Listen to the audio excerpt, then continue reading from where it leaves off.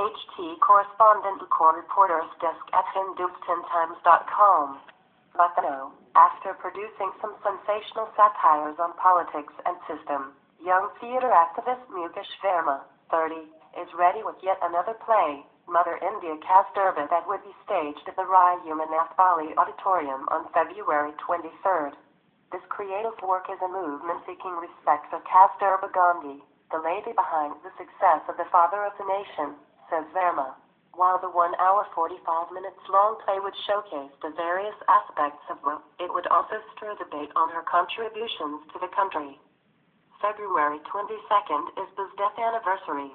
We want that the day be celebrated as Shahidi Diwas and her birth anniversary on February 11th be observed as Mother's Day in India, said Mukesh.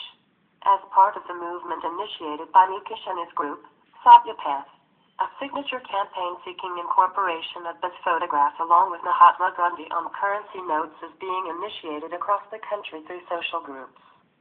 But Ba would not have been able to do what he did without the contribution of Ba. Not many know that Kasturba Gandhi herself was a satyagrahi. She fought for women's rights in South Africa and even remained in jail for some time, emphasized Mukesh. As a prelude to the event, a deep dawn would be held in the memory of Ba at the Monand Gate near Shani Mandir on February 22nd.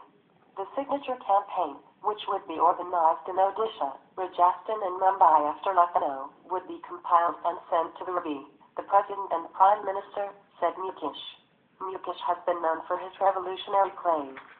One of them was My Sandal, based on former Chief Minister Mayawati.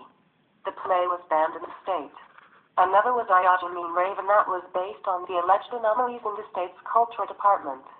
The other hit plays include Anna Maraba that focused on the poor condition of Rai Umanath Bali Auditorium and one based on ragging that got good support from the student community.